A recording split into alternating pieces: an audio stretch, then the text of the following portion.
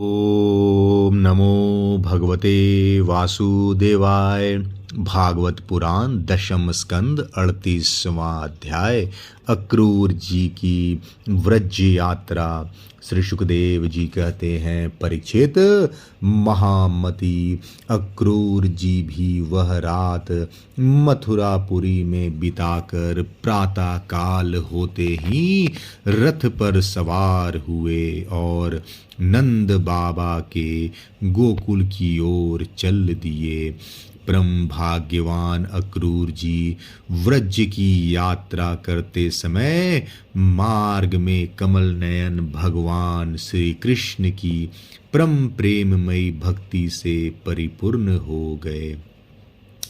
वे इस प्रकार सोचने लगे, मैंने ऐसा कौन सा शुभ कर्म किया है, ऐसी कौन सी श्रेष्ठ तपस्या की है, अथवा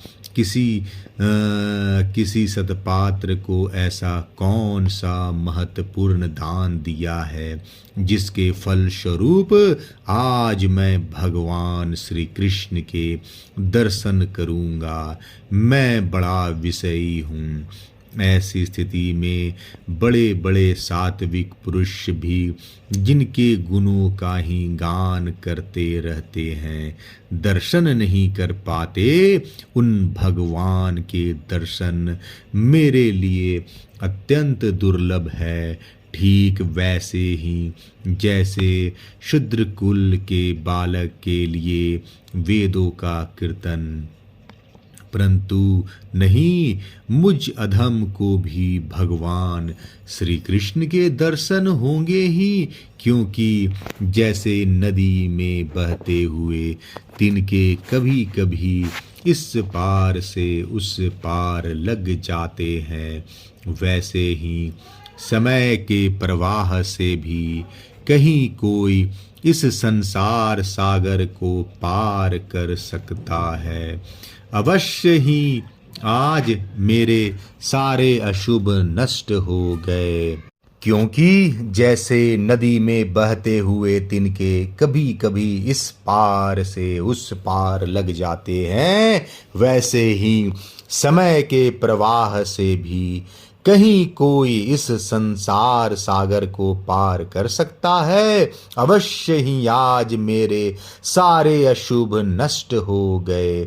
आज मेरा जन्म सफल हो गया, क्योंकि आज मैं भगवान के उन चरण कमलों में साक्षात नमस्कार करूंगा, जो बड़े बड़े योगी यतियों के भी केवल ध्यान के ही विषय हैं। अहो, कंस ने तो आज मेरे ऊपर बड़ा ही कृपा की है।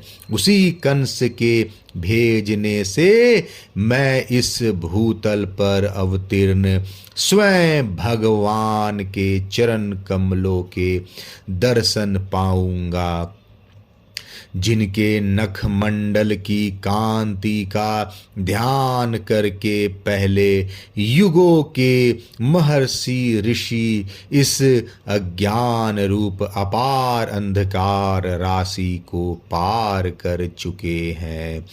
स्वयं वही भगवान तो अवतार ग्रहण करके प्रकट हुए हैं। ब्रह्मा, शंकर, इंद्र आदि बड़े बड़े देवता जिन चरण कमलों की उपासना करते रहते हैं, स्वयं भगवती लक्ष्मी एक क्षण के लिए भी जिनकी सेवा नहीं छोड़ती, प्रेमी भक्तों के साथ बड़े बड़े ज्ञानी भी जिनकी आराधना में संलग्न रहते हैं, भगवान के वही चरण कमल गौ को चराने के लिए ग्वाल बालों के साथ वन वन में विचरते हैं। वही सुर मुनि वंदित श्री चरण गोपियों के वक्षस्थल पर लगी हुई केसर से रंग जाते हैं, चिन्हित हो जाते हैं। मैं अवश्य अवश्य उनका दर्शन करूंगा। मरकत मणि के समान सुगंधित कांतिमान उनके कोमल कपोल हैं। तोते की ठोर के समान नुकीली नासिका है। होठों पर मंद मंद मुस्कान, प्रेम भरी चितवन कमल से कोमल, रत्नारे लोचन और कपोलों पर घुंघराली अलके लटक रही है। मैं प्रेम और मुक्ति के परमदानी श्री मुकुंद के उस मुख कमल का आज अवश्य दर्शन करूंगा, क्योंकि हरिण मेरी दाईं ओर से निकल रहे हैं। भगवान विष्णु पृथ्वी का भार उतारने के लिए स्वेच्छा से मनुष्य की सी लीला कर रहे हैं। वे संपूर्ण लावण्य के धाम हैं, सौंदर्य की मूर्तिमान निधि है। आज मुझे उन्हीं का दर्शन होगा, अवश्य होगा। आज मुझे सहज में ही आंखों का फल मिल जाएगा। भगवान इस कार्य कारण रूप जगत के दृष्टा मात्र हैं, और ऐसा होने पर भी दृष्टापन का अहंकार उन्हें छू तक नहीं सकता है।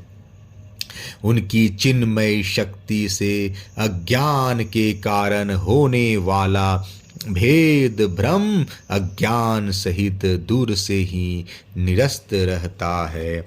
वे अपनी योग माया से ही अपने आप में भ्रूविलास मात्र से प्राण, इंद्रियां और बुद्धि आदि के सहित अपने स्वरूप भूत जीवों की रचना कर लेते हैं, और उनके साथ वृंदावन की कुंजों में तथा गोपियों के घरों में तरह तरह की लीलाएं करते हुए प्रतीत होते हैं।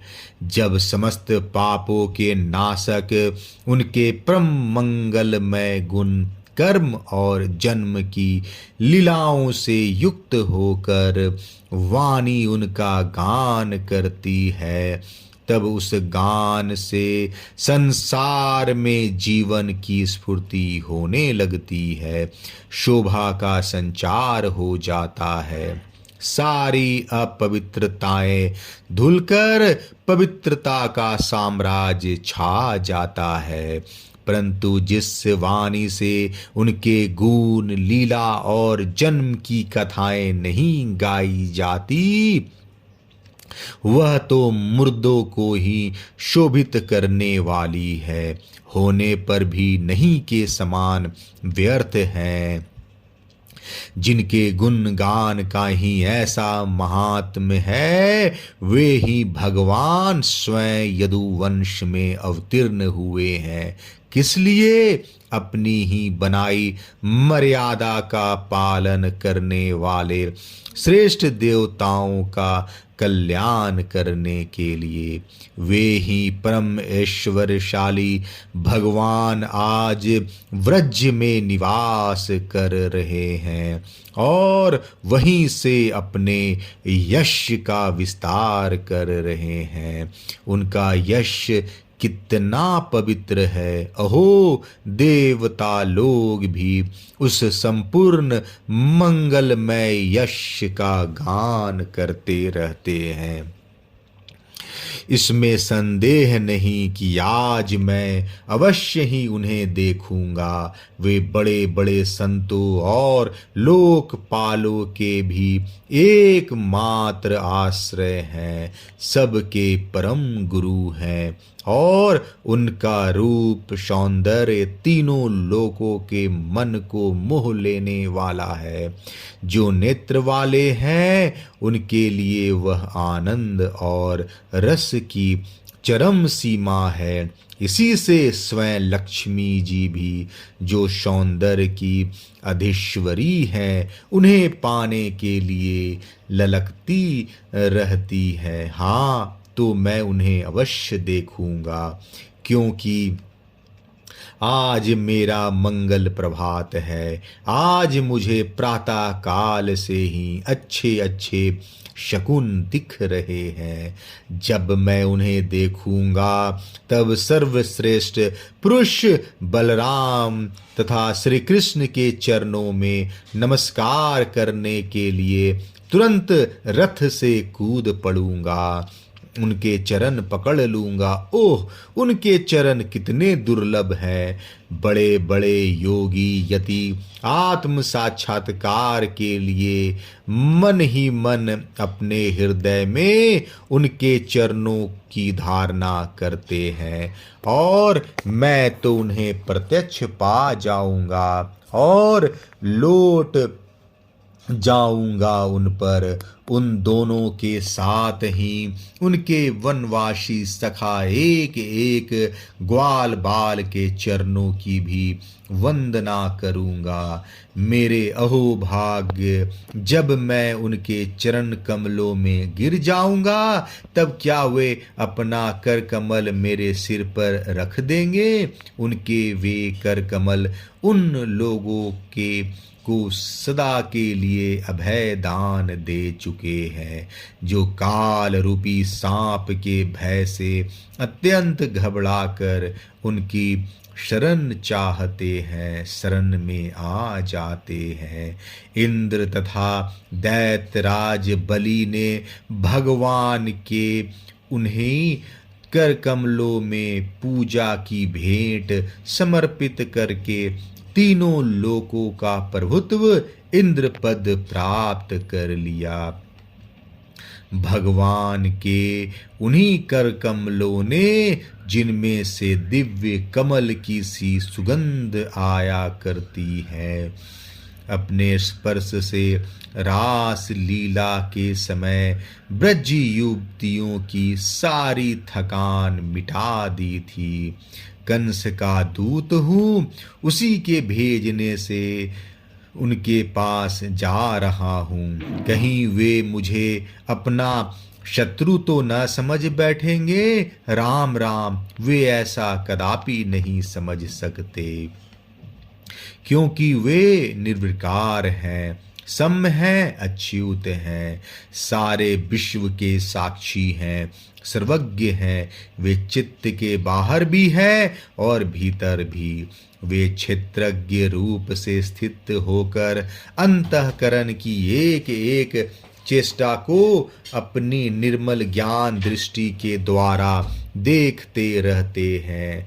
तब मेरी शंका व्यर्थ है। अवश्य ही मैं उनके चरणों में हाथ जोड़कर विनीत भाव से खड़ा हो जाऊंगा। वे मुस्कुराते हुए दया भरी स्निग्ध दृष्टि से मेरी ओर देखेंगे। उस समय मेरे जन्म जन्म के समस्त अशुभ संस्कार उसी क्षण नष्ट हो जाएंगे और मैं निशंक होकर सदा के लिए परमानंद में मग्न हो जाऊंगा।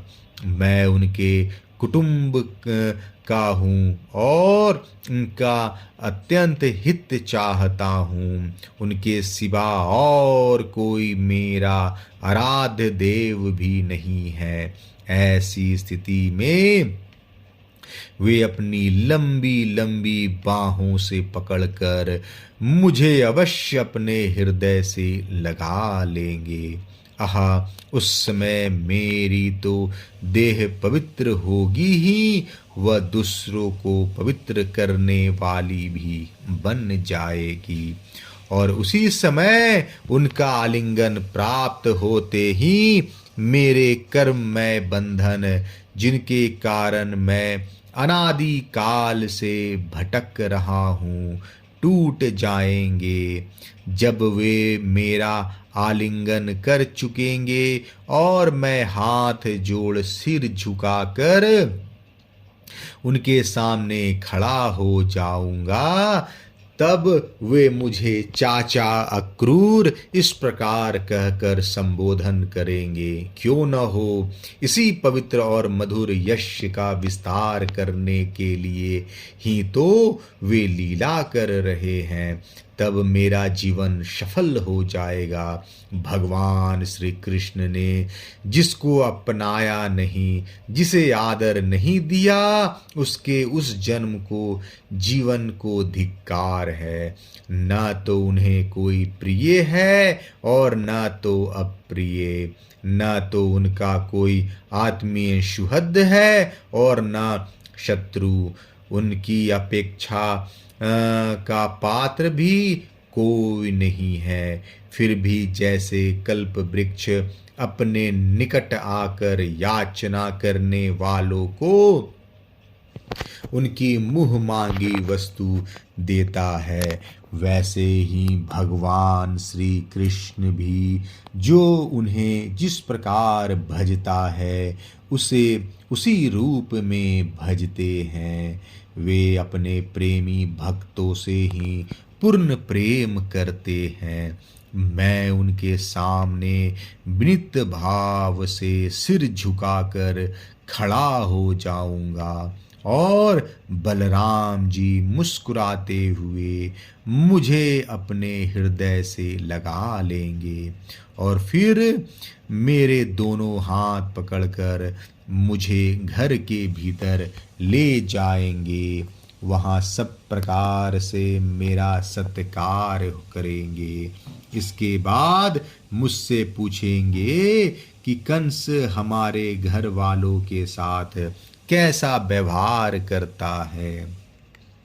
श्री सुखदेव जी कहते हैं, परीक्षित, शफल नंदन अक्रूर मार्ग में इसी चिंतन में डूबे डूबे रथ से नंदगांव पहुंच गए और सूर्य अस्ताचल पर चले गए। जिनके चरण कमल की रज्जिका अभी सभी लोकपाल अपने किरीटों के द्वारा सेवन करते हैं, अक्रूर जी ने गोष्ठ में उनके चरण कम चिन्हों के दर्शन किए। कमल, यव, अंकुश आदि असाधारण चिन्हों के द्वारा उनकी पहचान हो रही थी और उनके पृथ्वी की शोभा बढ़ रही थी, उनसे पृथ्वी की शोभा बढ़ रही थी। उन चरण चिन्हों के दर्शन करते ही अक्रूर जी के हृदय में इतना आहत हुआ कि वे अपने को संभाल न सके, विहल हो गए। प्रेम के आवेग से उनका रोम रोम खिल उठा, नेत्रों में आंसू भर आए और टप टप टपकने लगे। वे रथ से कूदकर उस धूलि में लौटने लगे और कहने लगे, अहो, यह हमारे प्रभु के चरणों की रज है। परीक्षित, कंस के संदेश से लेकर यहाँ तक अक्रूर जी के चित्त की जैसी अवस्था रही है, वही यही जीवों की देह धारण करने का परम लाभ है। इसलिए जीव मात्र का यही परम कर्तव्य है कि दंभ, भय और शोक त्याग कर भगवान की मूर्ति, प्रतिमा, भक्त आदि चिन्ह, लीला स्थान तथा गुणों के दर्शन, श्रवण आदि के द्वारा ऐसा ही भाव संपादन करे। ब्रज में पहुंचकर अक्रूर जी ने श्री कृष्ण और बलराम दोनों भाइयों को गाय दूहने के स्थान में विराजमान देखा। श्याम सुंदर श्री कृष्ण पीतांबर धारण किए हुए थे और गौर सुंदर बलराम नीलांबर। उनके नेत्र शरतकालीन कमल के समान खिले हुए थे। उन्होंने अभी किशोर अवस्था में प्रवेश ही किया था। वे दोनों गौर श्याम निखिल सौंदर्य के खान थे। घुटनों का स्पर्श करने वाली लंबी लंबी भुजाएं, सुंदर बदन, परम मनोहर और गज शावक के समान ललित चाल थी। उनके चरणों में ध्वजा, व्रज, अंकुश और कमल के चिन्ह थे। जब वे चलते थे, उनसे चिन्हित होकर पृथ्वी शोभायमान हो जाती थी। उनकी मंद मंद मुस्कान और चितवन ऐसी थी मानो दया बरस रही हो। वे उदारता की तो मानो मूर्ति ही थे। उनकी एक एक लीला उदारता और सुंदर कला से भरी थी। गले में वनमाला और मणियों के हार जगमगा रहे थे। उन्होंने अभी अभी स्नान करके निर्मल वस्त्र पहने थे और शरीर में पवित्र अंगराग तथा चंदन का लेप किया था। परीक्षित, अक्रूर ने देखा कि जगत के आदि कारण, जगत के परमपति पुरुषोत्तम ही संसार के रक्षा के लिए अपने संपूर्ण अंशों से बलराम जी और श्री कृष्ण के रूप में अवतीर्ण होकर अपनी अंग कांति से दिशाओं का अंधकार दूर कर रहे हैं। वे ऐसे भले मालूम होते थे जैसे सोने से मढ़े हुए मरकतमणि और चांदी के पर्वत जगमगा रहे हो। उन्हें देखते ही अक्रूर जी प्रेमावेग से अधीर होकर रथ से कूद पड़े और भगवान श्री कृष्ण तथा बलराम के चरणों के पास साष्टांग लौट गए। परीक्षित, भगवान के दर्शन से उन्हें इतना आहत हुआ कि उनके नेत्र आंसू से सर्वथा भर गए। सारे शरीर में पुलकावली छा गई। उत्कंठावश गला भर आने के कारण वे अपना नाम भी ना बतला सके। शरणागत वत्सल भगवान श्री कृष्ण उनके मन का भाव जान गए। उन्होंने बड़ी प्रसन्नता से चक्रचंकित हाथों के द्वारा उन्हें खींच कर उठाया और हृदय से लगा लिया। इसके बाद जब वे परम मनस्वी श्री बलराम जी के सामने विनीत भाव से खड़े हो गए, तब उन्होंने उनको गले लगा लिया और उनका एक हाथ श्री कृष्ण ने पकड़ा और दूसरा बलराम जी ने। दोनों भाई उन्हें घर ले गए। घर ले जाकर भगवान ने उनका बड़ा स्वागत सत्कार किया। कुशल मंगल पूछकर श्रेष्ठ आसन पर बैठाया और विधि पूर्वक उनके पांव पखार कर मधुपर्क, शहद मिला हुआ दही आदि पूजा की सामग्री भेंट की। इसके बाद भगवान ने अतिथि अक्रूर जी को एक गाय दी और पैर दबाकर उनकी थकावट दूर की तथा बड़े आदर एवं श्रद्धा से उन्हें पवित्र और अनेक गुणों से युक्त अन्न का भोजन कराया। तब जब वे भोजन कर चुके, तब धर्म के परम मर्मज्ञ भगवान बलराम जी ने बड़े प्रेम से मुखवास, पान, इलायची आदि और सुगंधित माला आदि देकर उन्हें अत्यंत आनंदित किया। इस प्रकार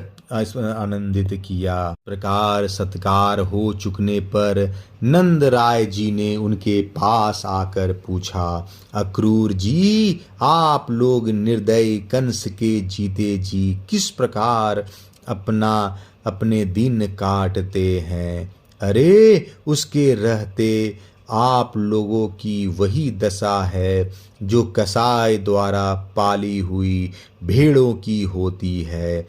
जिस इंद्रियां राम पापी ने अपनी बिलखती हुई बहन के नन्हे नन्हे बच्चों को मार डाला।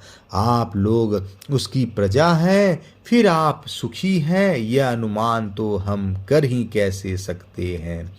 अक्रूर जी ने नंद बाबा से पहले ही कुशल मंगल पूछ लिया था।